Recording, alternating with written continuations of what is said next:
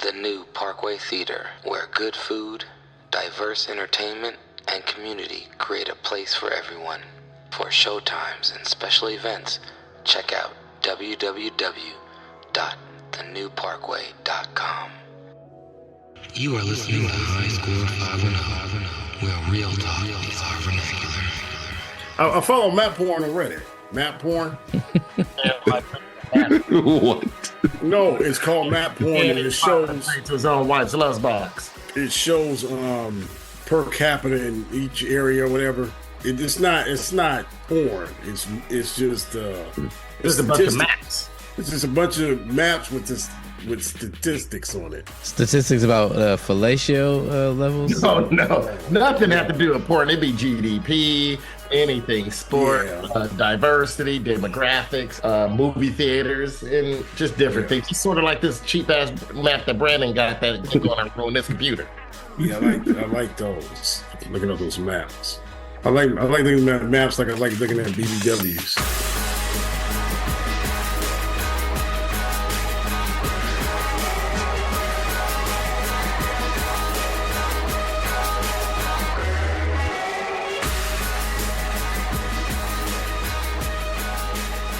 All right. So there's this website. I'm going to send y'all this link here. That basically is a big map of how much a Big Mac costs across the USA. Oh, they're different prices. So? They are. Yeah, you putting that in the chat? Put that in the chat, Brandon. God damn, you already put a lot of shit in the chat. Variety. This is why I can't keep up with Brandon. Brandon posting all kinds of shit in the chat, man. Damn. Man, there's a fucked up ass map, bro. Sheep eats map. There's a lot of goddamn dots on this map, Brandon. A lot of goddamn dots on this map. Lot of McDonald's, man. Seems like I need to get my Big Macs from the Midwest, though. God damn, man, I can't believe Brandon, you in the green zone, man. I don't know why you. Yeah, you closer to the green. No, he got a lot of. If you zoom in, I got some green. Zoom. He in North Carolina, Aaron. It's all green. Yeah, man, it's all green, man. We doing good. I thought we were doing bad. We actually doing good out here. $4 a Big Mac, dude. $4.79, $4.59. That's why it says $6.19 for a Big Mac. I'm glad somebody put in the work and like to figure out every spot and how much they charge, and just as a principle, it'd be too hard to figure out how to pay college players. But I'm glad we can figure this out. Oh, they figured out how to pay them all right. Now the shit going crazy. Now you got coaches quitting. That's good. Get rid of them fake CEOs. Well, no, the problem is everyone thinks the kids are part of it. The kids still working with companies. They're getting paid, but it's all companies, and it's only a matter of time before the companies figure out how to get more money out of it. The kids are still signing contracts. They're signing with these companies that are in charge of running their NIL.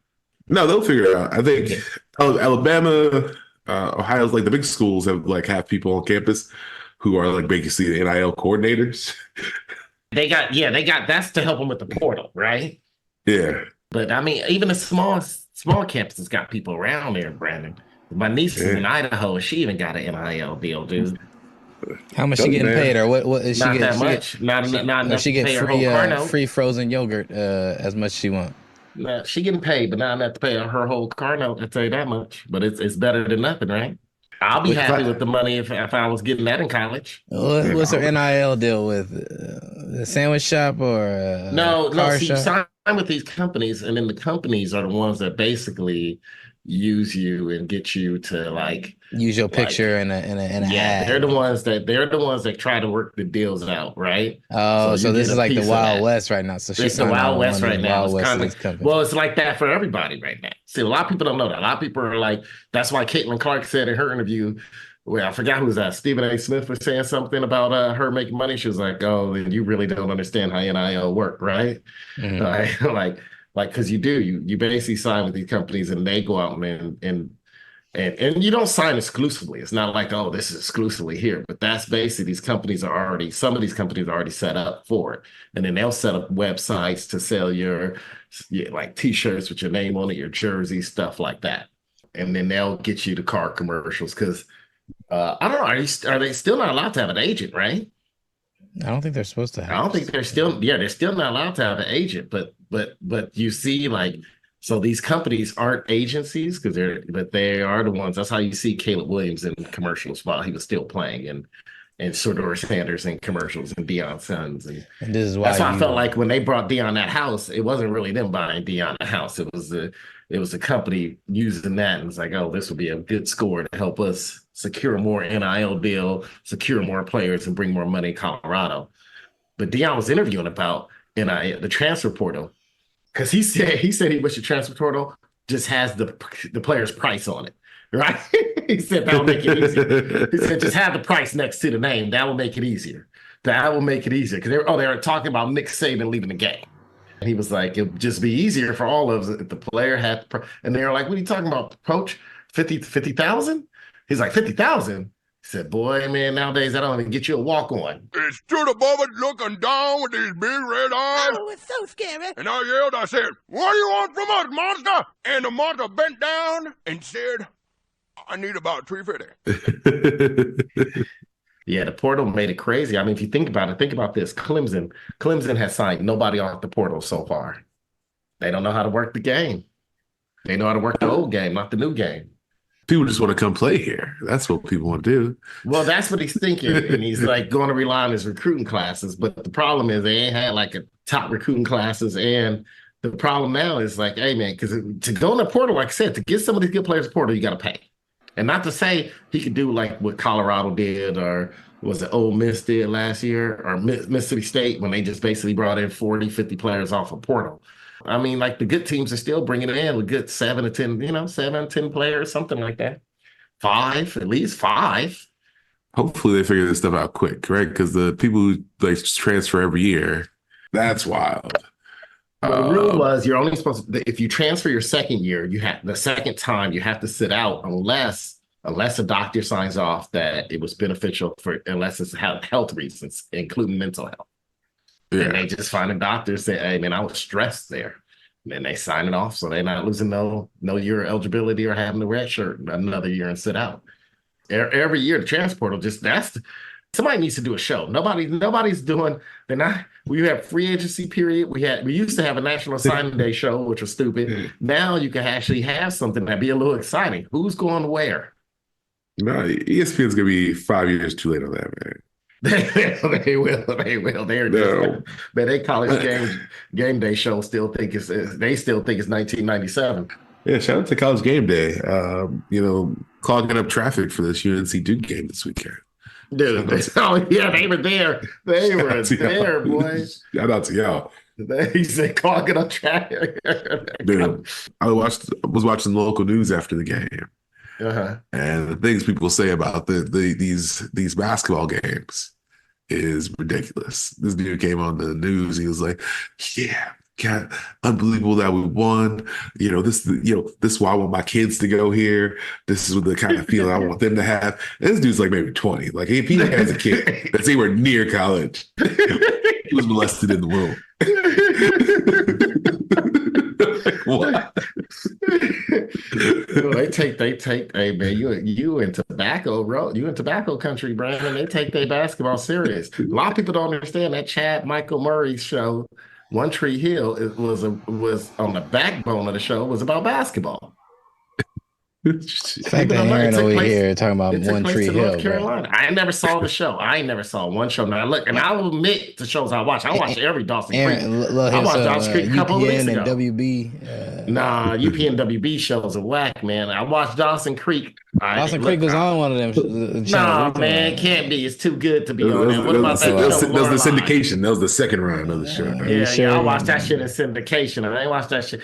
I don't watch the ones that don't make it to syndication, man. On the good channel syndication too. Like, that's the same thing with like Gilmore Girls. They made it to syndication. I watched it. I like booty. But Dawson Creek, man. Well, I was also dating a girl who little sister was living with her, and she was in high school at the time that Dawson Creek was out. So I ended up, catching like the third season with her, third and part of the fourth.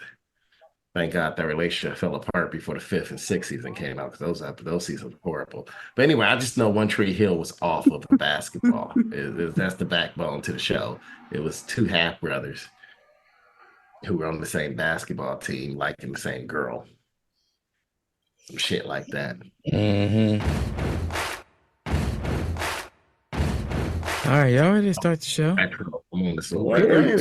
Show, man. We dropping gems right now. We're content's on fire right now.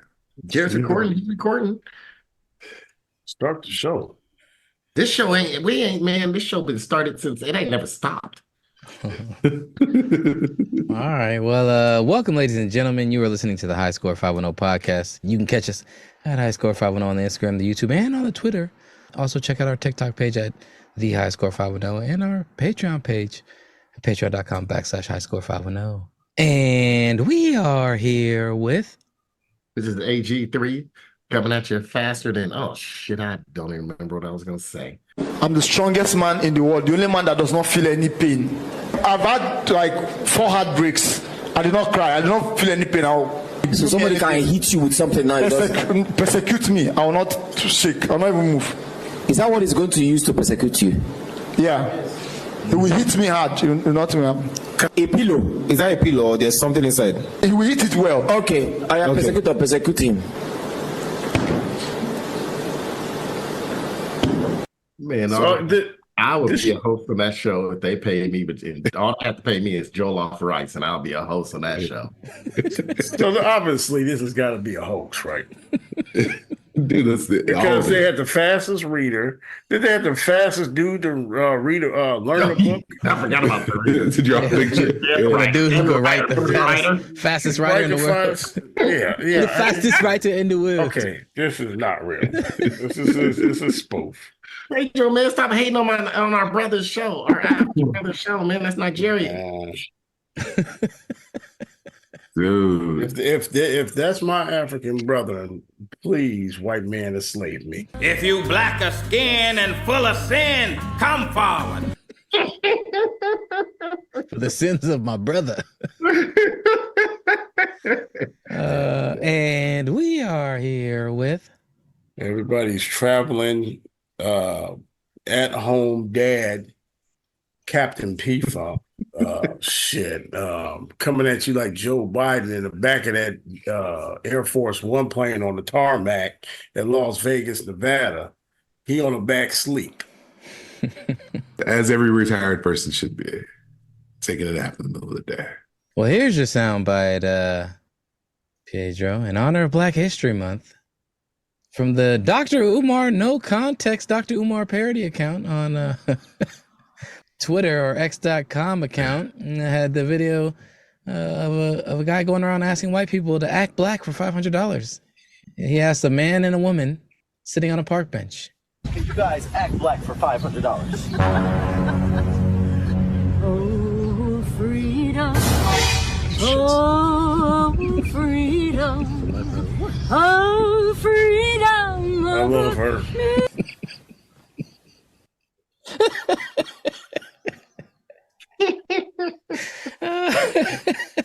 No. Negro spiritual, man. Created one on top of her head. That's tight. No. She didn't create that off the top of her head. She's on that like she had a couple of slaves. They invited her to the Hush Harbor, being like, you can come watch. We know your daddy's the one that's really bigoted. You cool. Somebody in the background was like, I like her voice.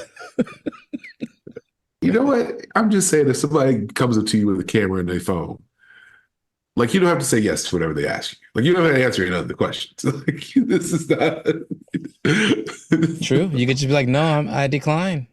Hey, please get away from me. You know, this is one of my worst nightmares, that y'all catch my wife or daughter doing one of those bits. Like what Brandon just said, and somebody come up with a camera and a phone. Y'all catch one of my kids and one of my family members doing that. I'm gonna be very embarrassed. We'll make sure that shit go viral too. These niggas here want to be seen, man. And we are here with. All right, this is Brandon, aka Taco Pablo. Happy to be here. Happy Black History Month. Hopefully everybody's staying safe out there. Here's your soundbite, Brandon.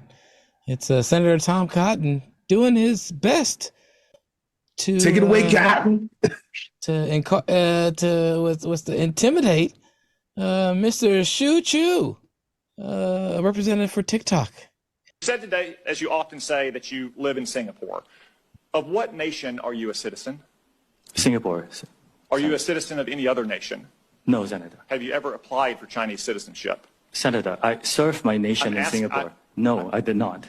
Do you have a Singaporean passport? Yes, and I served my military for two and a half years in Singapore. Do you have any other passports from any other nations? No, Senator. Ever been a member of the Chinese Communist Party? Senator, I'm Singaporean. No. Have you ever been associated or affiliated with the Chinese Communist Party? No, Senator. Again, I'm Singaporean. So are you Chinese or Japanese? I live in California last 20 years, but first come from Laos. Huh? Laos. The ocean. The ocean? What ocean? We are like ocean. From Laos, stupid. It's a landlocked country in Southeast Asia. It's between Vietnam and Thailand, okay? Population 4.7 million. So are you Chinese or Japanese? Exactly. That's hilarious. Back what that senator was doing. Oh man. Like, so have you ever been like when you was in China? What was you doing? I'm not Chinese, but Singapore, wait, what passport do you have? Singaporean. Okay, so even though that's still part of China, right? All those different kind of Chineses. Just idiot, man. These motherfuckers are idiots, man. And this is all sadly tied into another milestone social media app that we'll get to in a minute. But until then, my name is Jared, aka DJ Art, with 2 T's for a double dose of that tink tink. The D is silent, so it's just Jart. And here's my soundbite. This was originally going to be Pedro's, but it sounded like he had a really nice weekend with the family, so I didn't want to give this to him anymore. I just decided to take it for myself. This is how it always happens.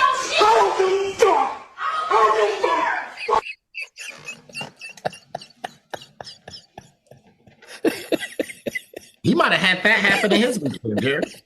I talked to Pedro at the airport. He sounded very relaxed to be a Negro in the airport.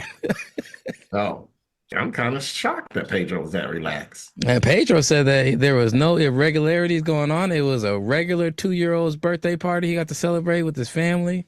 He said no hands on the knees, no regular weed, no kids drinking. Pedro, how was the start of your Black History Month and your family's celebration of your great grandchild? This one, Great grandchild. How old are you, Pedro? My age. I feel like Pedro started having kids at 11 and a half years old. I think Pedro left my house after playing Mike Tyson Punch Out and went and got somebody pregnant. Like having great grandchildren. Yeah, shout out to Captain P Funk for being a great grand captain. Man, all right, man. We gonna decide a regular 47-year-old great grand captain. Yeah, man. We get you a Meals on Wheels subscription. We might have to give Pedro a Black History Month feature on being the youngest old nigga to have great grandchildren. I don't think it was Jonathan Majors walking that march. I think it was Pedro holding credit Scott King's hand. Yeah, seriously, you the way he procreated, you think so? It is Black History Month, y'all. And who gives a damn? Don't we play a game on Black History Month? Oh, yes. Oh, please. Are you going to set up the game on time? Or are we going to be playing this shit? You're going to have to do a special day, February 29th, since you get an extra day because of leap year. Hey, I don't know. I'm thinking about it. I'm considering it. I will make a decision shortly. But to all our listeners out there, please be ready for the 2024 High Score 510 Black History Month Jeopardy special. It's in the works. So I've already got a couple good categories lined up for it. I've still got to, maybe hammer out 2 more like ones that I really like, and then I will have it in a couple weeks. So keep an eye out for that. And if you couple weeks, Black History Month is 1 week. And if you are interested in knowing what to expect, go back and listen to last year's or the year before. It's the 2022 and 23 Black History Month Jeopardy specials. We're pretty good. Pretty good. There's some good stuff in there. 1 week as it should be. It's technically 12 days, but it takes some black people 3 extra days to realize it's over. Yeah, well, kind of like slavery. Oh, that groundhog, Pastor Tony Field is black. He's really black. Well, Black History Month's always 2 days late. It is Black History Month, so Really? I really want to know, just like, what are you guys looking forward to this year, 2024 is Black History Month? The last one, potentially, of Joe Biden as our president. What are you guys looking forward to in this Black History Month? This might be the last one of Joe Biden being alive. What are you talking about? Has anybody seen this guy? Yeah, anything exciting? Brandon, I know you got something. There's something going on in North Carolina. Y'all gonna be going to some festival. What are you looking forward to for this Black History Month? I don't know, man. There was a big shooting yesterday. Oh, everybody's kind of talking about, because it happened downtown, which almost never happens. But I'm looking forward to Trey Songz getting charged with rape and actually going to jail this time. I'm looking forward to R. Kelly releasing a prison recorded album. I'm looking forward to OJ to doing some draft breakdowns. I'm looking forward to a lot of stuff for Black History Month, man. Okay. Yeah, Brandon, this would be a lit Black History Month if all that happens in the span of 1 week. 12 days if you live in Texas. Yeah, okay. Pedro, what are you looking forward to this Black History Month? I'm looking forward towards the end. Enough of this Black History celebration. Yay, 2024, baby. Yeah, you know what? I thought about this. I'm about to get deep in my thoughts. Oh, shit. We had all these wonderful inventors, Black inventors. We got a guy that invented the stoplight. We got a guy that made the needle for a record player. I don't know. Is it the same guy? The Peanut Man, ain't the Peanut Man the one that made the record player? I don't know, something like that. We had all these. You got the guy that made air conditioning. He was a brother. The dude made the Bronco to help OJ get away. Was a brother. You know that?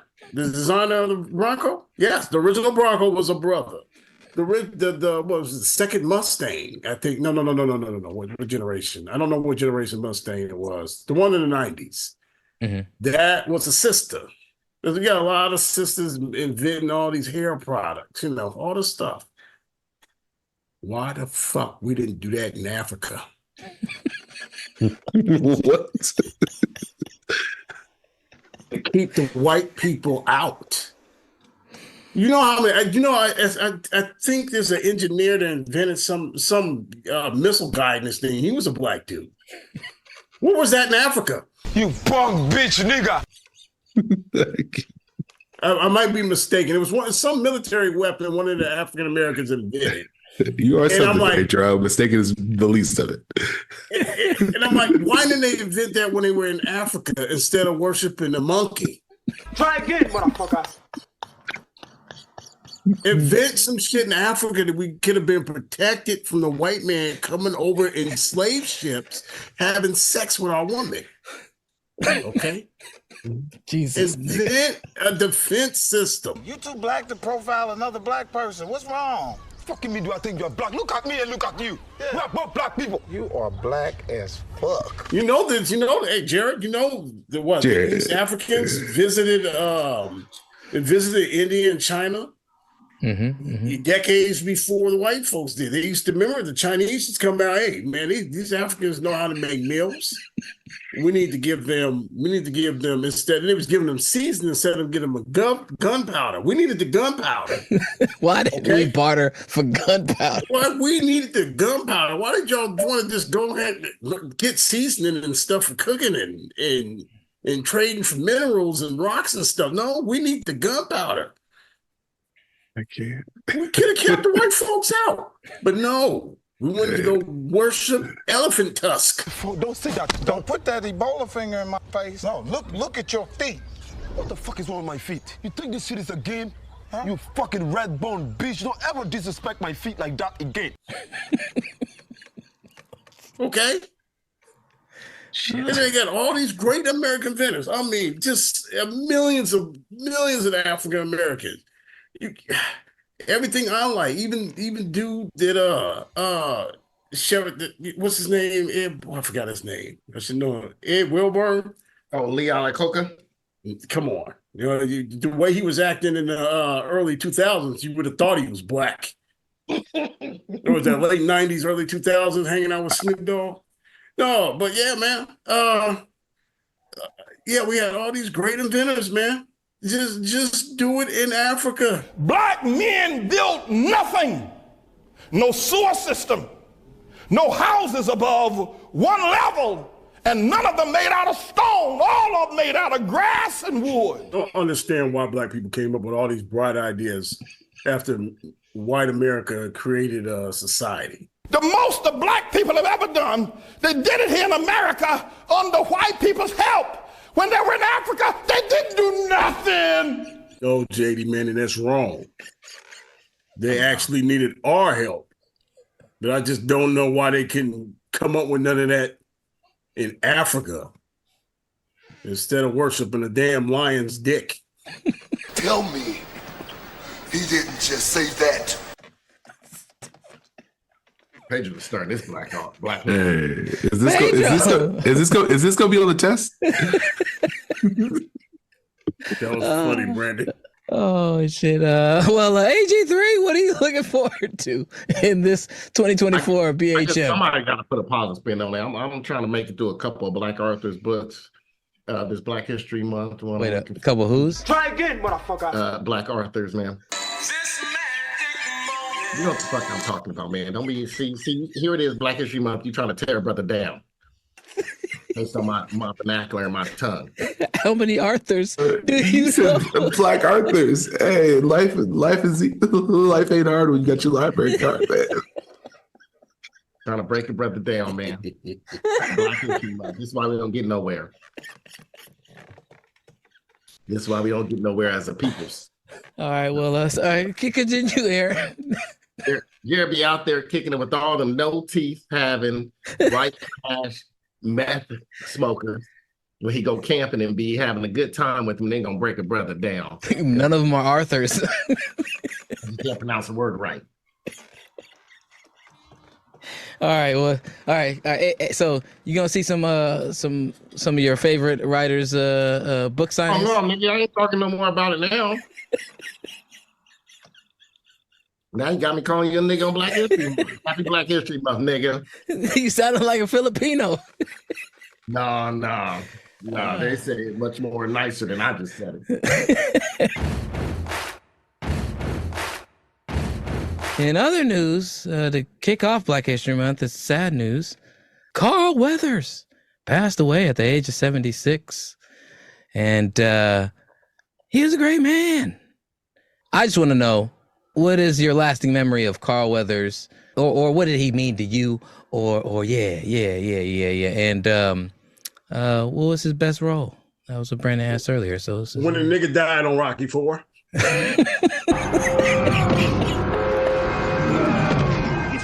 He's hooking. Damn, Rod, come on. What's the matter with you? Tomorrow. Let's do it tomorrow. There is no tomorrow. I'm a predator too, Pedro. He was the first black hero boxer to die in a movie. Black History Month. He made Dolph Lundgren famous. There is no tomorrow. By dying. He made Bridget Nelson famous. Jesus. He was the first brother to trick us thinking he's going to make it to the end of a sci-fi movie. There is no tomorrow. Oh shit. Well, AG3, what is Carl? Are you eating? Never mind. Brandon. Hey, know how to come back to me. Don't come back to me asking me like that. I'm actually a Carl Weathers fan. I liked. He was one of my favorite actors when I was a kid. Mm-hmm. He was great in Action Jackson, man. Pedro, you are a great grandfather. When were you a kid?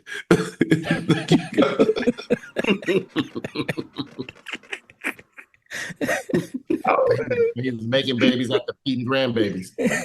Man, Brandon, as soon as I came out that thing, I was bang, bang, bang, bang. Remember, it's all in the head. Hey, it's all in. Come on, work with me now. It's all in the head. kids, yeah. What is the timeline of you and Carl Weathers? I'm laughing. Carl Weathers is 30 years older than Pedro, and they are great grandfathers at the same time. It was me and Brian Cox. Google Brian Cox children. I have to look at that up. AG3, what was one of your favorite things about Carl Weathers? You said Action Jackson, but yeah, I loved him in Action Jackson because he got to mess around. He slept with Sharon Stone and Vanity. He was breaking barriers. Mm-hmm.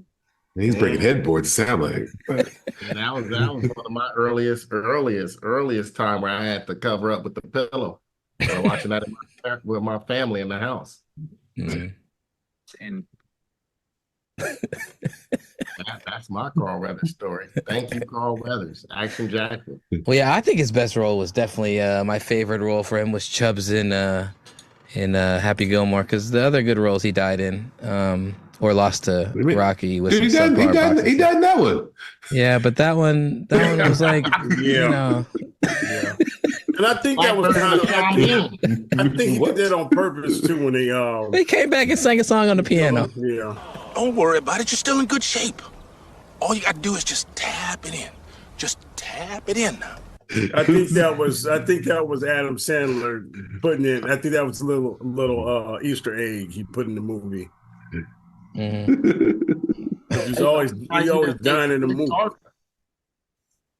That's hilarious. Your boy Carl Weathers as Greek Karga in The Mandalorian. I forgot about that. Yeah, I like him in The Mandalorian. Yeah, shout out to They're still alive, man. I don't know what they're gonna do. Yeah. Shout out to Carl Weathers, R.I.P. They'll give it to Lawrence Fishburne. No, they're gonna give it to Delroy. What's that dude? You don't like hearing? Delroy Lindo. I like Delroy Lindo. That was a Darius. Oh. All right. Well, in other news. What would Michael B. Jordan do?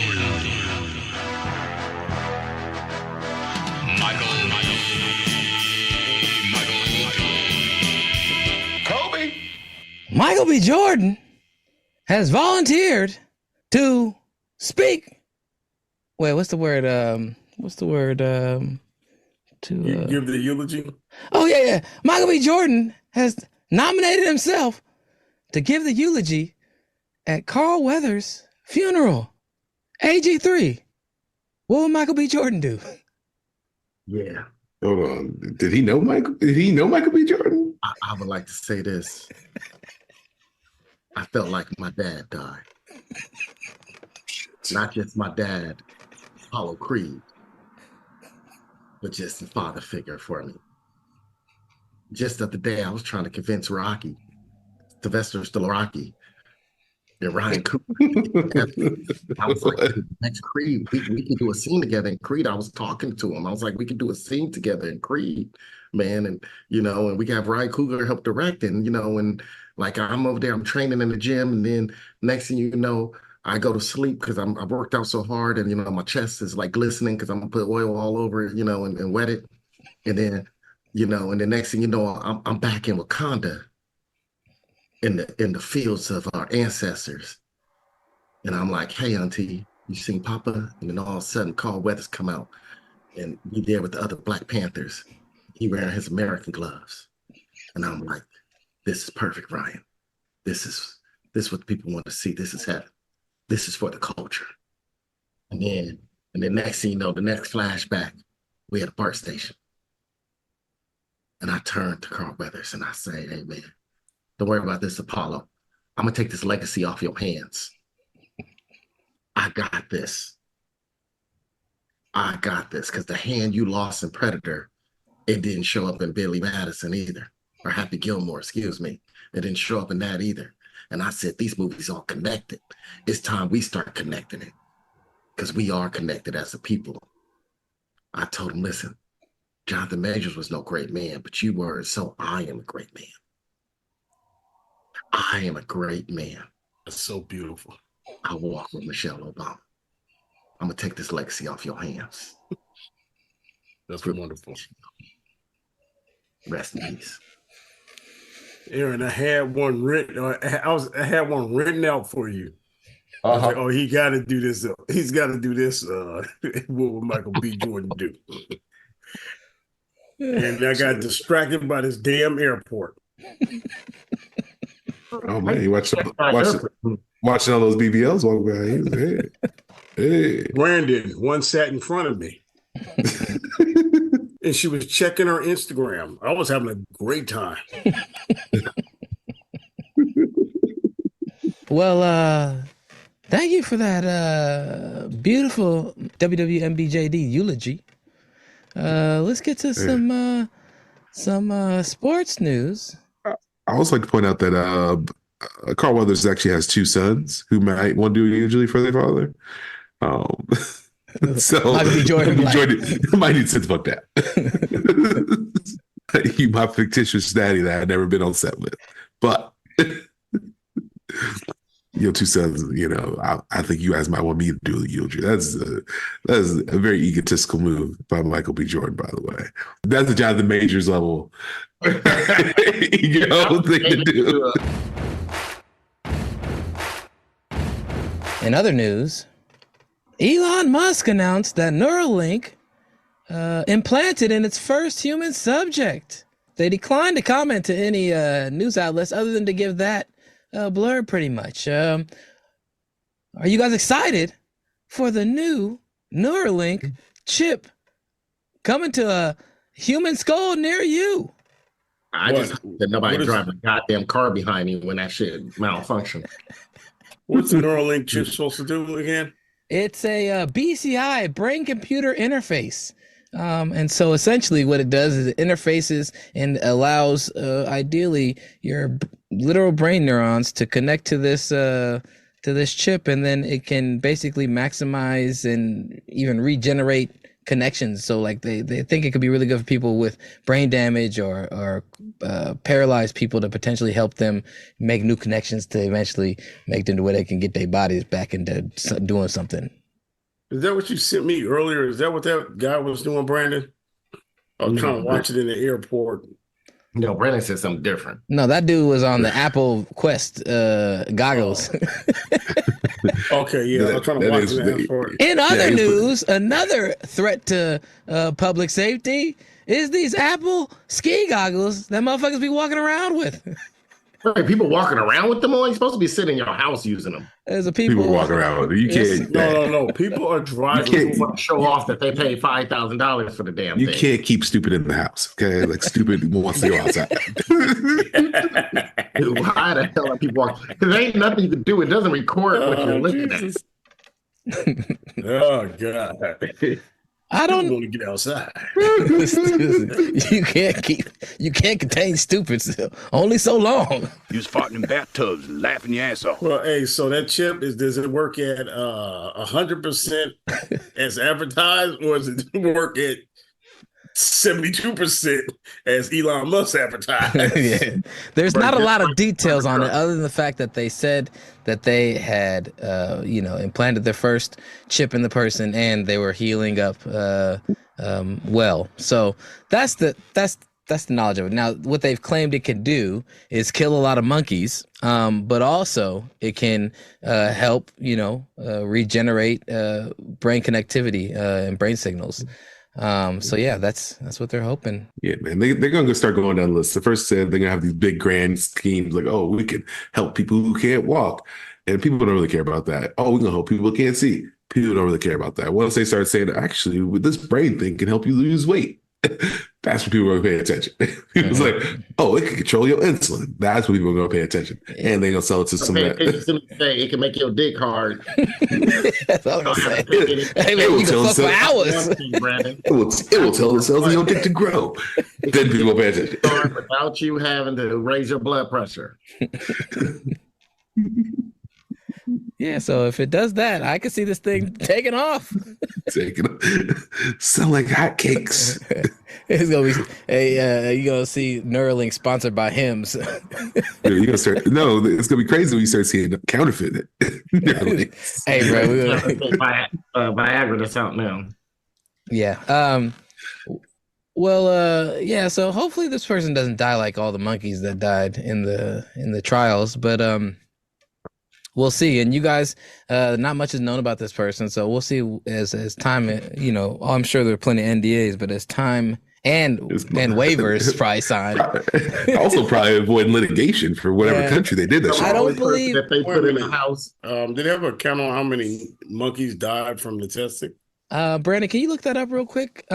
One thing that there is frustration about the lack of detailed information about this trial. It's now a trial because there's been no confirmation that the trial has begun, other than Musk's tweet. The main source of public information on it, though, the main source of public information on the trial is a study brochure inviting people to participate in it, but doesn't say much else beyond that. And the trial is not registered with clinicaltrials.gov, which is usually like an online database that keeps track of different trials that are, using types of subjects, especially human subjects, for safeguards and just proper logging. So it's not they have not registered with that.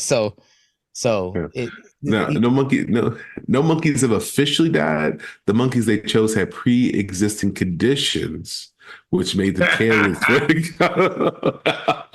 which they may have died anyway. So they're not completely attributing it to Neralink. Shout out to those lawyers making that money. So what they did, same thing they do when they test on Negroes. Happy Black History Month. All Negroes we got shot in the back had preconditioned. Yeah, just like all the ones that was part of the Tuskegee experiment. Mm-hmm. Exactly. They already had pre-diabetes, so they were gonna die anyways. Yeah. The Black History Month. Yeah. Yeah, it's crazy. So how many died though, Brandon? So let's see. They didn't give a number of how many died. They keep it under wraps. But how many had pre-existing conditions? Oh no, that's how they selected them. Like they had to have pre-existing conditions. Yeah, that's what I'm saying. But how many of them? All right. Then how many? Because they all did. They all died.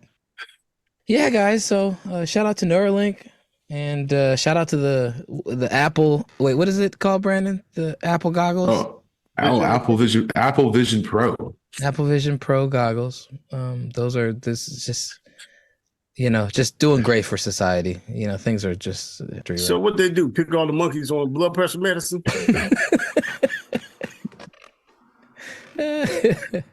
Well, half of them had the salt, the other half had the sugar. That's what they did. Well, in other news, it is time for our Super Bowl update. This Usher halftime show is gonna be hella whack. Super Bowl update. And the question that everyone is pondering in this Super Bowl, and it's gonna be a great bet, a lot of betting on it, is will Travis Kelce propose? Man, now if you got some damn sense. Let the games begin. I could smell the Taylor Swift Super Bowl props in the divisional round. It all made too much sense. Hell, she's already brought in $331 million for the NFL. Why not bring in the gamblers? Call up Vegas. How much more money can this lady make us? And coming in at number one, probably of many, will Travis Kelce propose to Taylor Swift? Proposal must be on the field after the game. Are you shitting me? And look at the odds. Yes is only plus 190. You're telling me no is only minus 250. I thought no would be minus 12,000. This leads me to think there is actually a possibility. And by the transitive property, Chiefs also have to win the game. But for a second, let's just take a step back. Yeah. So what do you guys think? Will Travis Kelce propose to Taylor Swift? You know what? I hope I won't be watching because I will turn the TV off since the game's over. So I probably won't see it. Would you take I'm gonna probably yes do like at plus one? Would you take yes at plus 190 right now, though, guys? That's the real brewing question. Well, main question is why? Just why? All the things you got going on. Why propose after the Super Bowl? I don't know. That would be a little too fairy tale-ish. I don't know if they are the type that would do that. But at the same time, think of the ratings. They might even be able to get their own reality show spinoff, like Marcus Jordan and Larsa Pippen. Dude, first of all, they're on different tax brackets. Taylor Swift made $100 million last year. You think she needs a television show? No. Here you go, Travis. You can put this in your little retirement fund. Didn't Travis Kelce do a dating reality show when he was like in his first, second year? He did it for attention, though, not for money, Jared. Is he doing this for attention? No, he did it way past his second year in the league. It was he did it so he can be a part of Black History Month with his fade. I guess my next question, though, is do you guys think that Travis Kelce will have the opportunity to propose? Because I need to know your picks for this Super Bowl. Because obviously, if they lose, he's probably not going to be proposing on the field. He's going to be walking off the field, getting off there so the Niners accelerate. But if they win, is she up on that stage with them? Okay? Or wherever. Don't matter. You know, will he have a chance to even do that? Well, he's pros right now. I need to know who y'all got in this Super Bowl. Oh, bang, bang, Niner gang. Bang, bang, Niner gang. What's the score? What's the score you got? What's the score? I'm going to say it's going to be 31-24. Okay. Aaron, what's your prediction for the Super Bowl? One defensive touchdown for San Francisco. I got Chiefs over Niners. What's the score you calling? Oh, this is hard. 35-17. 35-17. Okay. And Pedro, who you got in the Super Bowl? MVP. Okay. I have the Chiefs winning this game 21-14. Well, you think it's going to be a low-scoring game, huh? You think Brock Purdy's going to let Patrick Mahomes win by 7? You don't have to knock Brock Purdy out to get him out of this playoffs right now. Sadly, I'm on Team Brandon right now. I got this too much in the way of Niners having momentum from almost being beaten. I think that this is like we're a team of destiny, and they're gonna show up, and it's gonna end up being 31-27. I think Patrick Mahomes is gonna have a chance at the end of the game, but he's gotta get a touchdown, and Randy Gregory gonna make a game-saving tackle to end the game. Shit. Kansas City's not Detroit. They're not gonna drop interceptions. They're going to drop the passes thrown by Patty Mahomes. He's going to have a short. They're going to have short.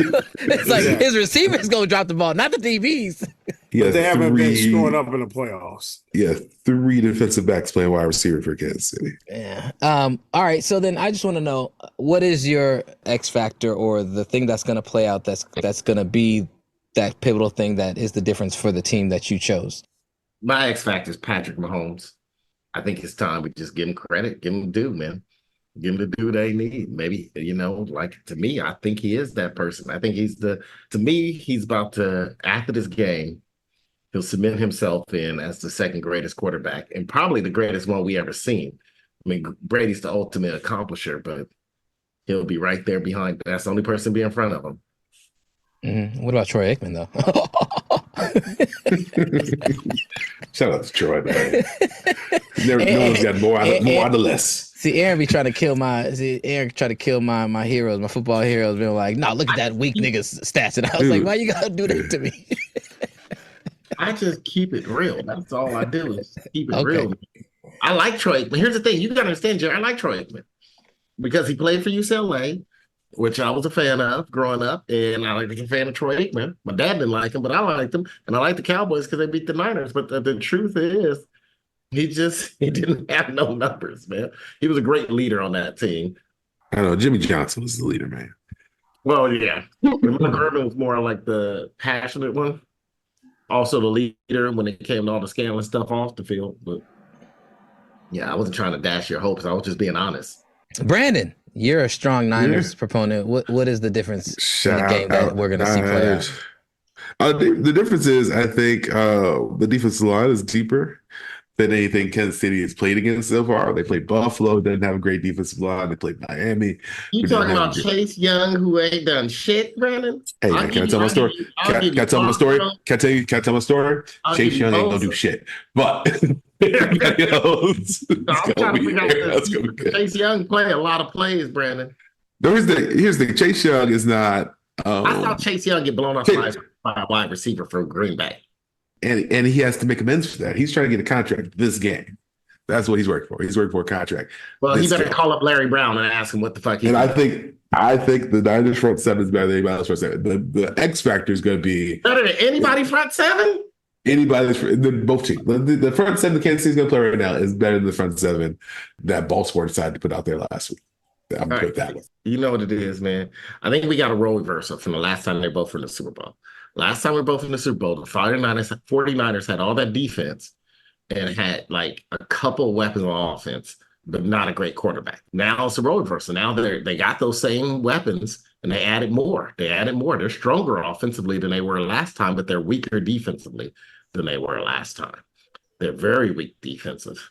I mean, 49ers already started playing the games early. You heard Nick Bosa all over TV, radio, talking about how much the Chiefs hold and this and that. They hold. They're starting the games early. I don't like that part of the game, right? Don't start trying to get pre-calls before the game start, right? But they're doing what I guess it takes. But in a role reversal, now the Kansas City defense is good, right? Kansas City defense wasn't as good when they played the Niners last time. Now the Chiefs were second in total yards and second in total points.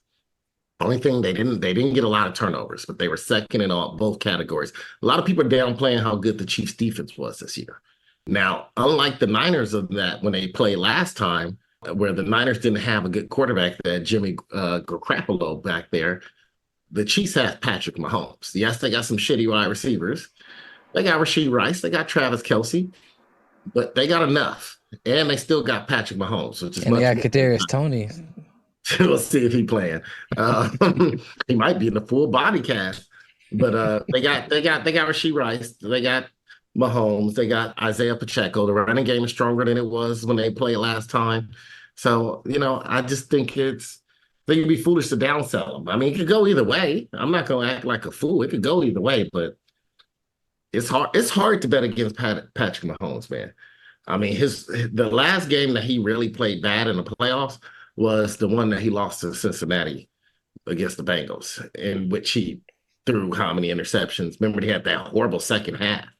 And do you know how many interceptions he's thrown since that game? Mm-hmm. 0 in the playoffs. He has 0 interceptions in the playoffs since that game. So I don't know. It's just hard for me. But think about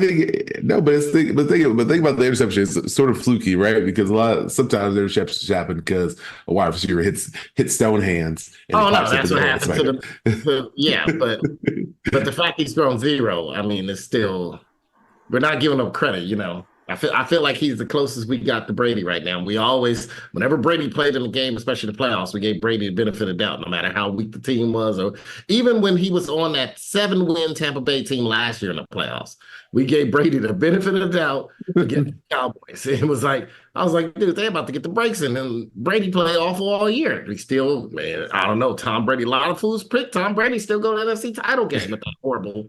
It's possible, man. But no, I think the Niners. The only thing that makes me nervous about the Niners is their defense coordinator, who seems to not to adjust very well sometimes coming out of halftime. No, he doesn't adjust well, and they don't have pieces. They don't have the pieces they used to. They don't have the pieces, the DBs. I mean, they have Fred Warner there. He's still doing his late hits as usual, acting like he's doing a lot. Hitting someone hard after they already going to the ground. They have, what's the other linebacker who keep getting late hit calls on them, but ain't got suspended. They still got them. Greenwood's good. The secondary is pretty sauce.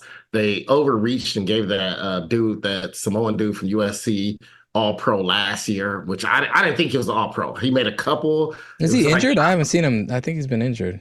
He's injured now, but he played like shit earlier in the year. Fools were asking for him to get traded, Jared. He wasn't doing nothing, dude. I just think that with what they have now, the Niners have the scheme of Kyle Shanahan and better pieces to run the scheme at a high level, and it's really hard to stop the Niners consistently. Now, if your defense is slowing down the Niners and getting them out of rhythm, which I've seen happen, and you have a stone cold quarterback that can sit back there and just be completely under control and just pick a team apart and just keep scoring, gets on a roll, then that's how you have to beat the Niners. You have to stifle their offense, and you have to be able to consistently move. And they're going to bring pressure. They're going to play physical on defense. So they can kind of wear on you. And at times, even if you get some early success against them, they've also shown ways of kind of slowing you down as the game wears on. So I think that's something all that together. It's too much that says it's the Niners' year, and I really don't want to believe it. I wouldn't bet against Patrick Mahomes, but I also am man, I gotta prepare myself for the worst. So prepare myself for the worst. Prepare yourself for the worst. I ain't betting against Patrick Mahomes. You prepare yourself for the worst. I'm telling you this. As many games I've seen this dude play, that Buffalo game, the bigger moments he show up. It seemed like the closer the game, the better he plays. I ain't betting against. Yeah, well, I see some mediocre receiving play, killing drives for KC. I mean, that was supposed to be the knock going in the playoffs. It was supposed to be the knock along with, oh man, he ain't never won on the road. Now he got to go on the road. He go into Buffalo, do the thing. It was Buffalo. They were hot going into the playoffs, but they were not. Going to Baltimore. They were not going to the Super Bowl. Do the thing against Baltimore. Well, Buffalo was hot. Buffalo was hot. Buffalo was hot, but they were a flawed team. That was their issue. Every team is flawed. No, but there's teams that have core fundamental flaws that haven't been answered or have been created because of injury, or just the culture is. What was the excuse for Kansas City beating Baltimore? Beating Baltimore, I think. I don't think Baltimore could have beat the Niners. No, I think Baltimore. What happened with Baltimore was. Well, you don't think Baltimore could have beat the Niners after? I think Baltimore could beat the Niners again. But I think Baltimore. I think the weather played a factor. How they gonna beat the Niners? I think the weather played a factor because the second half. Stay at home. No, but I'm saying the weather played a factor because even Patty Mahomes was the second half they were being safe and just we're gonna play with this lead because the weather's why they was being safe? Because they realized this team ain't scoring on us. Well, they should have if they hadn't fumbled it into the end zone. That should have been a touchdown. They realized it's going to be hard for this team to score. We're not going to turn it over. I get that, but I'm saying they also it wasn't like they were because against the lesser team they would have just kept moving the ball, and Baltimore's defense locked down that second half too. It was a little bit of both, but also I just think Baltimore hit a team that had better experience and they had Patrick Mahomes at quarterback, but they just had better experience as a whole team that has been to late playoff runs or Super Bowls, and that's a culture of this team. So that is the one edge that I give this Chiefs team because they've been to numerous Super Bowls between the time they last met. But at the same time, the Niners are a vet team. They have the most talent they've had across the board. You know what I'm saying? They still have a talented defense. They still have a really talented offense. So you tell the team that won the Super Bowl last year that you're giving them credit for having a Super Bowl run last year and even a Super Bowl since that they lost before that. You're giving a Niner as the vet team? Because I've seen how it could fall apart quickly. They got quarterback that ain't played in the Super Bowl. They got a lot of pieces. They ain't been there. What's the way you stop Patrick Mahomes in the Super Bowl? Hope the offensive line all get hurt and sick and pray. Yeah, so if the O line and his O line's relatively healthy. I know Tooney is all pro. He was questionable. I don't know if is he playing? Hey man, they have an automatic. They get at least 4 holding calls on Chiefs right tackle. But the way it fell apart for them against Tampa Bay was their tackles were injured and basically the ends were just getting way too easily releases at Patrick Mahomes, and he couldn't they couldn't do anything that game. That was a terrible game. He played bad. Their offense relied on more down the hill back then, downfield back then. Now he gets rid of the ball sooner and faster. But I'm saying is that they have the ends to get good pressure on him, and if one of them finds a mismatch and they're just one of those dudes is just eating, especially Nick Bosa's not a chump, so he's gonna win some, and maybe he figures out, I got this guy. He's done. You ain't given the experience of even. I am just worried that I've seen. You said I'm too worried. Just don't be worried. Okay, if Patrick Mahomes win this, I want you to stop doubting him. That's all I ask you. I want you to start doubting. It's not we down Patrick Mahomes. You keep making this about Patrick Mahomes. It's everybody else on the team. It's everybody else. I'm just telling you, if he win it, ain't no doubt. It's everybody. There's a lot of times Brady winning there. It's everybody else there. It's their secondary against McCaffrey and Ayuk and Kittle. Like you're not giving the Kansas City defense no credit, man. Steve, no. You're not giving the D coordinator credit. Number 2 defense in the league this year. But one hit wonder though. Like you could be the number 2 defense, still get scored on. And guess what? They number 2 defense. Guess what? They played the Raiders twice. They played Denver twice. They played San Diego twice. Like that's the division they were in to accumulate those stats. Like to be like, all right, cool. They got the number 2 defense. Like it's all about the regular season. They played. It's all about who you play. Season. They played an NFL schedule. Yeah, Pedro, are you there? Yeah. Pedro, how do you see it playing out? Well, look, if 49ers run the ball and keep to the run, they can win the game. But I don't trust that. I think they're going to try to do some of those play action bootlegs, whatever, and he's going to get Brock Purdy. There's going to be a couple of plays where he wants to let Brock Purdy shine, and if he gets trapped into that, he's not going to make the right decisions. He's not going to make the right decisions. You don't throw an interception against that defense. They have the top 2 corners in the league. We got one corner that only gave up 1 touchdown, and that was in the playoffs. So yeah, and then a competent quarterback. You got an all-pro quarter. Yeah, but don't worry, Jared and Brandon think this defense sucks. Hey, if Chris Jones has a dominant Chris Jones game and doesn't get doesn't get shut down, if he's able to do what I expect Chris Jones to do, he's one of the reasons why I would give KC a big chance to win, is that he's getting that interior pressure on Brock Purdy and making him have to move his feet, and because he's not the tallest quarterback either. So like that is another challenge. That's why I think Brock Purdy is the Romo of the Niners, but at the same time he's gotten to the Super Bowl. Romo never got to the Super Bowl, so. Anyways. Yeah, man. All right. I'm going to throw out some stats here for this year. Sacks. Kansas City, 57 sacks. San Francisco, 48 sacks. Interceptions. KC has 8 interceptions. San Francisco, 22 interceptions. They don't get turnovers. That's it. They don't get turnovers. Fumbles recovered, 9 for KC, 6 for San Francisco. Fumbles forced, 14 for KC, 10 for San Francisco. Defensive touchdowns, 2 for KC, 1 for San Francisco. Safeties, San Francisco has 1. I'm just saying, man, it's like their defenses are you find the stat. They were number 2 in yards and number 2 in points allowed. They weren't a turnover team. Sometimes turnovers could be fluky. Look, Dallas Cowboys destroyed turnovers, but they gave up a lot of yards and some points. Let's see, I got the wrong stats here. Jeez, ready? Hey, look up the biggest, the most expensive Mexican pizza in the country. So you know what's crazy? Okay, so that game where how the players wear those heart rate monitors now? That Buffalo game, right? Craziest thing is they kept showing his heart rate. His heart rate never went up when his team had the ball. It kept going up when they didn't have the ball. His heart rate always went up when Buffalo had the ball. Remember that game where they scored in all those like 13 seconds, whatever the hell it was? Mm-hmm. Find it online. I got the stats. His heart rate went up every time Buffalo had the ball. When the ball was in his hands, he was cool as a feather. Sounds like he's nervous about his defense. Sound like he just wasn't in control of the game. But when the ball in his hand, he fine. If he beat the Niners, Jerry, you should be putting a frame of Patrick Mahomes jersey in your house. I might just have to. He might become our Black History Month icon. Get a glass case for the 49ers ring that could have been. Yeah. Mm-hmm. Do you guys think that his father getting arrested for a DWI will cause any impact in his play? That motherfucker, man, he can be out of jail probably already out of jail, man. He gonna be at that game drinking.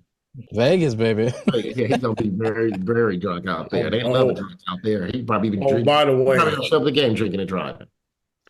That's the other reason I couldn't get back home in time. Patrick Mahomes' daddy, drove into the airplane or something? Yeah. Oh, the Super Bowl being the damn planes was on the tarmac at the same time. everybody was delayed.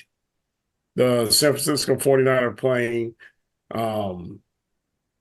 Air Force One, and Air Force One and the Chiefs. Yeah, I got a picture of it. I'm about to send it in the group. I mean, you got a fake ass Air Force One out there. Your Air Force One. Air Force One. Yeah, man. What was it, Meghan Markle on that plane? Might be the vice president. Ooh, VP. I was looking at Air Force 3, motherfucker. In other news, the Las Vegas Raiders were set to sign Cliff Kingsbury to be their offensive coordinator and help take that team to the next level. Until he wasn't. And instead is signing with the Washington Commanders and joining Dan Quinn, the former DC of the Dallas Cowboys, as the new regime in Washington. What do you guys think about that? Was this a addition through subtraction for the Raiders, or a subtraction that will be felt? Addition through subtraction. Whatever math you got to use to show that, goddamn, you did you dodged the bullet. Why do you say that? Coach. Now look, I love Cliff Kingsbury when he was a player at Texas Tech, and I was playing NC2A football. I believe it was on PlayStation 2, and he was the quarterback. Every year it was him or Sonny, whatever. They always had these weak arm guys that for some reason they throw in accuracy would be high, but they couldn't go downfield. Texas Tech quarterbacks. And so, but they were supposed to be like play recognition really hella good and stuff like that.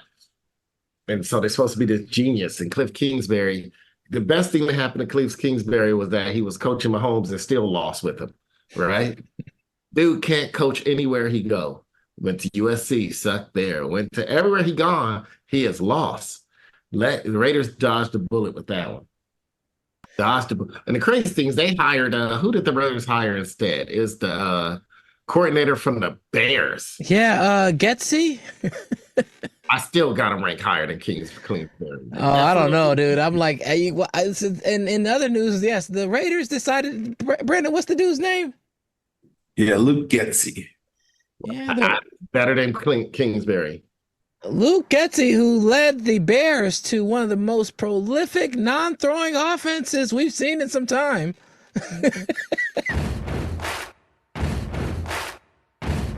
All right, let's get to Cuddy Corner shout-outs. Cuddy Corner shout-outs. Cuddy Corner shout-outs. Cuddy Corner shout-outs. Show on and Cuddy Corner shout-outs is the segment we end the show on where everyone gets a chance to rant, complain, or highlight something positive in the world. Cuddy Corner shout-outs. Cuddy Corner shout-outs. It's time for Cuddy Corner. We're burning now. God, if you listen, help! So cold I'm bleeding now, now, now. I'm in for this, man. Gonna let you down. He had sex with my mama. We're broken people now. I just said I need a Hey, so I forget where that Chappelle soundbite comes from. He's like, he had sex with my mama. Because I was like, are you talking about your father? Are you talking about his boyfriend? Half Baked, the movie Half Baked. He smokes a lot. Okay. But Brandon, you have a Cuddy Corner shout out. Are you ready? Yeah, man. My Cuddy Corner shout out goes out to tech companies with all these fucking layoffs. Google, Apple, Twitch, all these places laid off thousands of people at a time. And these companies are still profitable. They still have billions of dollars in reserves. They got billions of dollars coming in. Guess what? They print money today. They still lay motherfuckers off. What happened to the idea of just retraining people to do something else? Like, you work at this huge ass company and I'm a coder. All of a sudden, Google says we're not going to do Google Glass no more. Guess what? We're going to lay off 25,000 people. We're going to start a new project on this AI stuff. We need some coders. We're going to put out job postings about coders over here. Instead of retraining the people who are doing this stuff over here that we let go of 6 months ago, it don't make no sense to me. Why? It doesn't make any sense why they do lay off people and then rehire them to their new projects or whatever. Because this company's not getting smaller. They're not getting leaner with the amount of people they employ. But they sort of just shift things around in a way where they just keep hiring for the same positions. And Let's keep hiring for the same position using the same talent, right? There's people who worked for Google, Facebook, Twitter, Lyft. Like they all sort of like homogenous in the way that they work. It's like, oh, I work in tech. Like, oh, wherever you work, you look at people's like LinkedIn profiles, and they worked for like almost all of them. At some point, either they worked for a contract basis or they got laid off. It's a big layoff thing or whatever. And I'm just like, I don't get the disconnect for why they don't just try to retrain people, or at least try to retain talent. Because for the most part, like these people haven't done anything wrong. You just had a bad idea. Either your metaverse thing, you hired all these people to handle metaverse stuff. Metaverse didn't take off, and now you're like, oh, hey, my bad, guys. You know that mortgage that you just took out because you had a job at Facebook. You're not gonna be able to afford that no more. Good luck finding another job with other 20,000 people we also laid off today, who are also all going to be on Indeed today, updating their resume, applying for the same jobs you're going to be applying for. Anyway, it's dumb. This is my second week in a row talking about tech companies, but I think it's well deserved. It's a big money maker there, huh? Yeah, man. Big money pit, huh? It's not a money pit. It's not. That's the thing. It's not a money pit. It's more like who's the dad on DuckTales? That dude. He's got a vault full of fucking money. Yeah, he's got a vault full of fucking money and takes out $5 bills each day. Like, oh hey guys, here's the $5 I owe you. And everybody knows you got a fucking vault of money back there. Like, why are you laying me off? Like, I make $80,000 this year. The company took in $32 billion. I think you can float me for a couple months while you train me for a new job. I think you can. I think you can. But they don't, and it's stupid, and I don't like it. Yeah, that nigga owe me $5. Hey, G3, do you have a Cuddy Corner shout out? I do. Mine's go out to the one person who, as me and my boy Geechee used to talk about, a friend of ours that could dance underwater and not get wet, right? Can ice skate uphill. Let's go out to the one person in sports who seems to just can do all of that. The guy just seems to keep falling up. He's the only person I know that can slip on the stairwell and somehow follow up and just fall up. He don't fall down, he fall up. And this goes out to Doc Glenn Rivers. Doc. Thank you, Aaron. Thank you for doing this. I don't understand how this man keep getting jobs. The man had a losing record in Orlando. He won Coach of the Year only once in his career, and it was in Orlando. Hold on, I was looking this shit up. Hold on. He won Coach of the Year in 2000. Do you know what Orlando record was that year he won Coach of the Year? I got it right here. 41-41. Now I figure maybe you're like, okay, he took over a team. They thought it was going to be as bad as Detroit Pistons. That's why. The team was expected to win 43 games that year, right? The year before, under Chuck Daly, they won 33. So it wasn't like that big of a jump, right? It wasn't that. They didn't make the playoff. The guy was 41. Maybe they made the playoffs. I don't know. I don't think they made the playoffs. 41-41. And had the nerves to win Coach of the Year. Coach of the Year that year. And here's another problem with Doc Rivers. He gets more out of that one title they won than what the Celtics did. I mean, they all get a lot out of that title they won, but nobody gets as much as your boy Glenn Rivers. The dude, how does he get fired from jobs and gets hired before the season even starts the next season? I don't understand this. Does he have pictures of every owner in the NBA? Does he have video? Is his secret love child B. Stagliano? And he got more information than anybody else that we all don't know? And he tell her to switch visors and move to a new city so he can get a new job? How does Doc Rivers continue to do this? He can't coach. He has lost more games 6 and 7 than any coach in history. Any coach in history. And that's a lot for a guy that hasn't coached that long. I can't believe Giannis believed that this guy was going to help him win a title. That, you know what? The odds, I should have went out and bet. As soon as the rumors out there going to hire Doc Rivers, I should have went out and bet. I should have went out and bet that put money down on Knicks or anybody else making the finals in the East, and would have made me some money, because that just hurt Milwaukee. I thought Milwaukee could be a dark horse until they hired Doc Rivers. And then I found out, I was listening to Gilbert Arenas' podcast. Gilbert Arenas used the great LA slang Dirty Mac. He said Doc Rivers, he was talking to Shannon Sharp. It was on Shannon's podcast. And Gilbert Arenas said Doc Rivers Dirty Mac his way into that job. That he was a consultant from Milwaukee and also supposed to be like a mentor for Adrian Griffin. And somehow Dirty Mac his way into a job. I am not surprised. There's no wonder he kept his son Austin Rivers in the league so long. There is no tomorrow. Pedro, do you have a Cuddy Corner shout out? Yeah. It goes out to, I want to give it to my daughter for booking my trip this weekend. That was some ghetto ass shit. Okay. She soul playing out there? This ain't like me. I don't usually go this quick. Yeah, but I'm going after.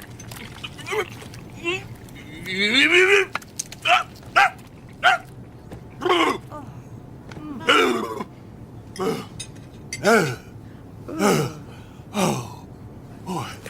I'm going to tell you, where's my yak? She said, hey, man, this trip going to be cheap, man. Hey, check this out. Y'all can both fly, man, less than $100 round trip. Me and my wife didn't sit together on the plane, okay? We did 2 different seats, both times, far away. All kind of ghetto shit happened at the airport. I thought these chicks were just arguing for fun, we were sitting down waiting for the plane. I thought these chicks was arguing for fun. No, they was arguing over a nigga. And I thought they was taking a connected flight to Dallas, right? Some nigga bitches, right? So I'm like, okay, cool. Tell me he didn't just say that. I'm like, okay, they going to Fort Worth. I ain't got to worry about this. Nope. They was coming to Phoenix. And they had Phoenix t-shirts on. I was like, oh no, we gonna migrate some niggas. I was like, Jesus Christ, help me. Okay. That was part 1. Part 2, Frontier. Frontier did not update our flight until we got, they knew Sacramento, they knew it was raining in Sacramento, right? We got to the airport and everything said on time. Nigga, we got to the airport, turned in a rental car. By the way, rental car's next. Oh no, it's delayed. It's delayed. But, I was going to blame black folks for things, trying to be cheap and everything. Also, watch, this is going to tie into the rental car. White folks, just trying to travel to get to Vegas any way they can, will do some scandalous shit. So we all guilty of this. White folks, Filipinos, Mexicans. Hey, stop this cheap shit I used to do a long time ago. Stop it. Man, there were so many couples on that plane sitting separate. So I guess that's where Crystal got it from. I was like, what the hell? I was like, hey, can I sit next to my husband? Can you train with me? Because I want to sit next to my husband. I'm like, it's an open bartering environment. So I'm looking, I'm like, oh. Then the other couples tried to do the same thing. Get the rental car counter. I was like, okay. My daughter tried to save $2 on a rental car so she could rent off-site. I think I want to say Avis Enterprise, and there was another company. I don't remember from Alamo. Alamo, we tried to trick me one time, so I'm not doing Alamo no more. Okay, but it was like Avis. Avis was like $80 for the weekend, and I think Enterprise was like $79. Crystal just saved $2. Had us at. Have y'all ever heard of this place? Easy Rental, Easy Rent. Nigga, they had a trailer on the side of Fox Rent-A-Car. They had a trailer on the side of the other low-budget rent-a-car place. A trailer. The cars they bought off the lot. They didn't get them off the fleet sale. They bought them off the lot. Whoever these investors are, got money because there was brand new cars. I had a brand new car, a brand new Corolla with 8,000 miles on it. It had so many scratch marks on it. I thought I was driving a 1987 Cutlass, been driving down the hood in the alley. It had more scratch marks than the law allowed. It had 8,000 miles. I was like, what did y'all do to this car? They didn't have any dents in that, but it had a whole bunch of scratches. I'm like, man, this is whatever. So they had the nerve. Everybody had a different experience too. So when I go up in there, Two couples left. One couple said, it's like, oh, yeah, we'll rent you the car for $150. I mean, I was renting the car for the price. We'll be fair on the price. Okay, but you can only take it 150 miles, and every mile over that's 50 cents a mile. It's like, the dude was like, I booked this. I put it online. I booked this to go to Utah. I said I was going to Utah. It's like, well, it's 50 cents a mile once you go past, whatever. He walked out. So I'm like, okay, that's a white dude that got pissed off mad. It's the Filipino couple, nice couple. It was like, did the same thing. It was like, yeah, we were in a car or whatever. Where y'all going? And it's like, just visiting a couple of friends or whatever. Well, y'all, you can only go 150 miles. It's like, what? We booked the car. You doing all this and booked the car? You telling us when we get here? They walked out. This white dude books a car, whatever. He's got the free miles, but they didn't tell him about the $10 insurance. He went the F off over $10. Got him and his fine white-ass girlfriend up on out of there, just walked out. So when I get up there, I have a different experience. I'm like, okay, you booked through Pipeline, you cool. That's what she booked it. I didn't book any of this, by the way. I didn't do any of this. So she, when I get up at the counter, it was like, okay, yeah. You're good to go. We just need to see proof of insurance. I was like, I got Foremost or whatever. It was like, here's a policy number. Oh, that policy number. Oh, can you call your insurance company and give us the updated policy number or whatever the date? And I'm like, oh my God. So I'm like, okay, I'm calling the insurance company. The insurance company's kind of goofing around. Lady gets up, walks out. While I'm calling insurance, she wanted to talk to the insurance company. She gets up and walks out. Never came back. Never came back. We went to another lady and she set it all up. I think somebody just quit their job. She just never came back. So we were at the car and we're like, okay, we got the car and they had all these scratches. I took pictures, whatever. Then we get back. It's like, okay, see, Joy, this is why I like to drive. I like to control what I do. I drive for a living. That's what I do. We've been home and back. We get to the airport, like I said, delay. You know why? Because Joe Biden want to get up on that plane and go to sleep in the back. He was in the back sleep. So I'm on the tar. We on the damn tar. Well, no, not the tar. We in the airport 4 or 5 hours. You know how long it takes to get to Vegas from Phoenix? 4 hours. So we did all that for nothing. You saved no time. I could have rented. I saved no time. I could have rented a car for $80, guys. I could have rented a car $80. It would have cost the same thing. Me driving. And I don't mind driving. I love driving. I like listening to music. But you wouldn't have been able to drive a new Corolla, dude, with scratches. My Cutty Corner shout out goes out to the state of Florida. For them continuing to pursue felony murder charges of a teenage immigrant by the name of Rogelio Aguilar Mendez. See, what had happened was he's a migrant worker and was staying at a hotel or motel. He's outside, like, apparently on the phone with his mama. And as a cop drove by, he started walking the other direction. So the cop stopped and started questioning him. Mind you, this brother don't really speak much English, if at all. He really speaks a dialect, indigenous dialect, Mame or something. Anyway, the officer proceeds to question him and ask him questions, and then tries to restrain him, and eventually calls for backup. They restrain him. They tase him numerous times.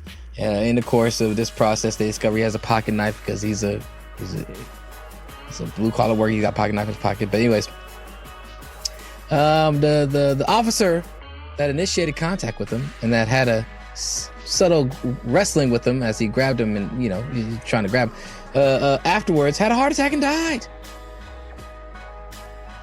And now he's being charged with felony murder because a police officer with a pre-existing condition. We need to put Elon Musk on the case. and have his lawyers lawyer this up, because that pre-existing condition that this officer seemed to have, you know what I'm saying, is the reason why he died, not Neralink, not Mr. Virgilio Aguilar Mendez. But anyways, they're pursuing charges, still pursuing charges to basically sentence this man and ruin his life, because this officer had a heart attack after tasing him and beating him. Well, not really beating him, but yeah, they tased him 6 times. So yeah. Shout out to every police department that doesn't have fitness standards anymore. No, they don't. I feel sorry for the officer that lost his life through his racist inability to understand that the man didn't speak English and leave well enough alone. What's worse is that they came out and said that during the struggle, the pocket knife was pulled on him by this man. No, body cam footage shows after they beat him and tased him, they searched him and found he had a pocket knife on him. He didn't put no pocket knife on nobody. This isn't stained by someone in Minneapolis. It's still got a shine on it. And so do theirs. So do theirs. Yeah, maybe they should implant Neralink on all police officers. They got to record their actions correctly. Stop treating us like animals and thugs, and start treating us with some respect. We got a recording of your thoughts saying "nigga" as you were. No, they'll do that for us through big text threads that get revealed somehow.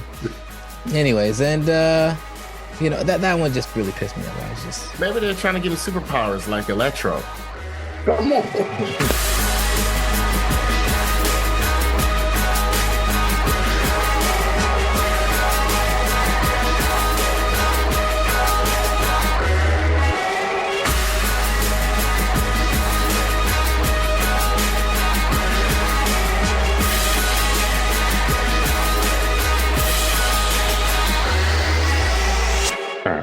Jared, what do you think about this whole Taylor Swift versus Beyonce thing? Number 2, Jay-Z got up at the Grammys tonight talking about how Beyonce has more Grammys than anybody, but never won Album of the Year. Basically defending his wife.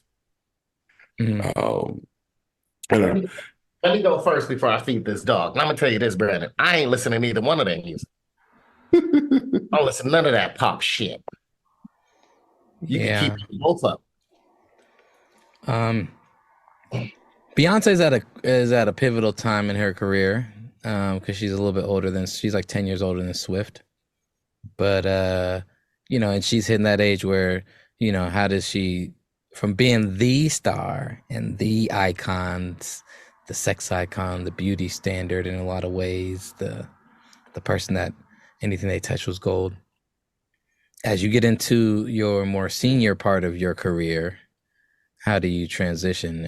And it's hard as a musician and an artist to maintain. Beyonce hasn't been like the most like, you know, soul albums. And even then, like, it's still hard to produce as you get older, because part of what you're producing as a musician oftentimes is a reflection of that very romanticized period of time where, like, coming into the idea of love and emotions is so new to people. As you get older, you kind of learn the ways of love. You've experienced it, and maybe you're still in some deep love, or maybe you're passing into another phase or in and out of it, right? So the type of music that you can sing and your art can reflect in this period of time is different, and it's hard to resonate with as many people, especially the younger markets, which usually drive, you know, the industry and what is, you know, hot at the time. So we'll see what Beyonce does. How does she, you know, continue to potentially put out hits, or will she, like, you know, will she hold on in a good way and, like, you know, become like just like a, you know, just very selective and do her thing? Or is she gonna do like Madonna and turn into like a Madonna type? Hopefully she does not. Madonna tried to hold on real tight, and, you know, Madonna she got a BBL and all kinds of surgeries and all kinds of dating young BBCs. And I don't believe it. Not Madonna. You don't think Beyonce will do that? I don't think so either. I would not put her as that type. But I'm just saying there's a couple different ways she can go with this. Taylor Swift is in the peak still of her powers, but she will inevitably face that, you know, as it comes when she 40 and she is still able, or she 45, 50, will she be able to continue to put out music, or will she also age into that same realm? You never know. I would say that for her, the world will defend her at all costs. Taylor Swift is the most defended, beautiful, wide woman of this generation. You know, it started with Kanye, and it even got to Joe Coy. And Who? Joe Coy. Who? Shout out to Joe Coy for taking the Golden Globes hosting 10 days notice and writing some terrible jokes, and then struggling through his monologue and having people completely pan him, mainly because he made a joke about Taylor Swift, and then and she didn't smile or anything. She just did the meme where she drank her cup of water with deadpan look on her face. Shout out to Joe Coy for using a relationship to prop up your career, but then breaking up with her before you could prop it up enough so people know who the hell you are. It's hard to get Joe Coy a ticket, man. Yeah, Joe Coy is balling amongst the Asians. I was gonna say. The Southeast Asians. Well, he got the Filipino on lock, and especially in that ain't hard to get on lock. That ain't hard to get on lock. What? And you're now in charge about Southeast Asian relations for this show? That ain't hard. Filipino. That's what we gonna do. Sure, all he got to do is be half Filipino and show up with a fake Laker jersey. They have all the Laker colors, and they be in a Laker font, and they probably say lasers, and then you'll be good. What? The Filipinos are a complex people. I'm wearing flip-flops now. I love my Filipino brothers. My boy Duck, shout out Duck, his wife and family. My ex-girlfriend, shout out to her. Hope she's doing well. You're talking about like the anti-niggas Filipinos, and Filipinos are the niggas of Asians. So like you're looking at like the extreme outliers there. You got okay. Because here's the thing though, Jared. They are, my boy Bob Fully Love told me this when I first started dating a Filipino girl. He said, just to let you know, and he told me this when I was hanging out with this boy who was Filipino. And they were playing Pro-Am, back in the Pro-Am leagues, and they had a team, and they jerseys looked just like those, when the Patriots came out in the 90s with those tight-ass jerseys, they were the exact same jersey. And he was like, man, we got these hella cheap from the Philippines. And I asked him how, and his boy was like, hey, man, I went to the Philippines and got them, man. Philippines, I said, I'm going to tell you this, my Filipino people will bastardize anything. That was his quote. They would bastardize anything. And so I love, Filipino, like you said, yeah, they're the niggas of the Asian world. They are, man. They like to eat a lot of pork. They love hip hop, basketball. They like to say the N-word a lot, especially in the Bay Area. Say it more than me. They're getting them some new niggas. I'm down, man. Filipino people, I'm down my Filipino people. My favorite Filipino dish. This is how you know that I'm down with Filipino. My favorite Filipino dish is sinigang. Most people be like, oh man, I love some chicken adobo. No, I love sinigang. Mm-hmm. I just like sig. That's some good spiced flavorful pork belly. They do a good job of Senior Sig. They do a good job. Jollibee, Jollibee ain't bad. I ain't ate it in a long time though. The one thing, there's a Filipino dish I can't stand, and that's goddamn pancit. I was hanging out with a Filipino person. Oh shit, I shouldn't say that, man. Cut this part, Jared. Cut that last part, man. Cut that. In other news, AG3 hates Filipino food. Oh, I love Filipino food, just not pancit. So I like Southeast Asia, man. I like traveling through there, man. Well, regardless of which, I don't even know how we got to this point in the conversation. We're talking about Taylor Swift and all kinds of shit. Oh, yeah. Back to Taylor Swift. I'm still feeding my dog. I don't know go back to Taylor Swift. I'm listening. Taylor Swift is I think surpassed Beyonce at this point in time. Beyonce was bigger than Taylor Swift, but also like numbers are still skewed with anything. Like if you could say who was a bigger star at the time. It's mainly because record sales were, the access to record sales grew for a while there, and then now it's not about selling records anymore. So there's ways in which like the metrics of somebody now, it's like, concert sales, or it's also, saying like streams. So like the metrics are changing on how we can evaluate somebody's star. So I think that's something that's like we're in the middle of kind of like learning these new metrics with all the new forms of media and social media that allow for specified coverage that is different than what it used to be 20, 30, 40 years ago. Even like 50 years ago when rock and roll was really like exploding, and you're looking at all these like iconic bands and groups and like who's the biggest then or who outsold who, and now like it's hard to compare. But yeah, I think Beyonce had a much bigger impact on the culture of things because she swayed Black female culture, Black women's culture in a lot of ways, or she influenced it, and that is a very influential, what is it?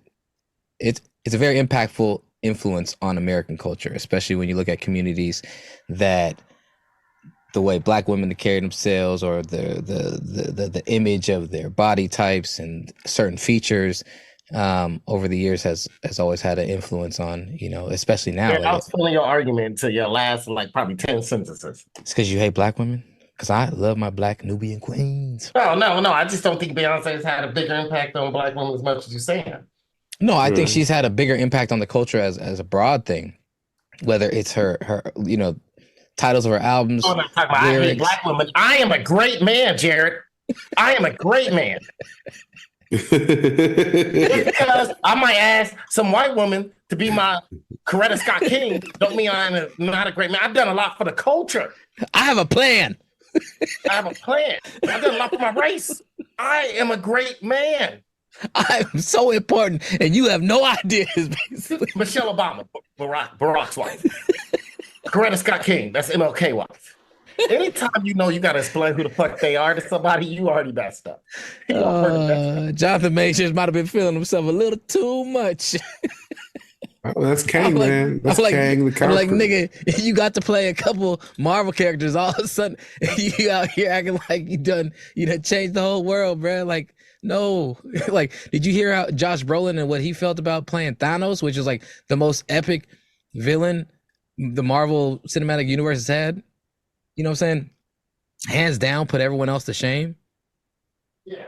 And he said, I cried because I was pretty much broke. You know what I'm saying? Like, and this like changed my whole like trajectory of the rest of my life, even though I've been in the industry for over 35, almost 40 years, you know what I'm saying? Basically grew up as a teenager in the industry as an actor, and now he's in his 50s. So, I don't know, man. I'm just, Jonathan Majors, man, pump the brakes, brother. You did. Hey, Lovecraft Country was tight. That was a really dope show. Super dope. Super well written. Super well put together. That was like sci-fi because it was following a Black story with magic and wizards and Jim Crow South, or, the Emmett Till, Jim Crow South, all that shit. And he fucked up his money. He no longer the last Black man in San Francisco because he fucked up his money.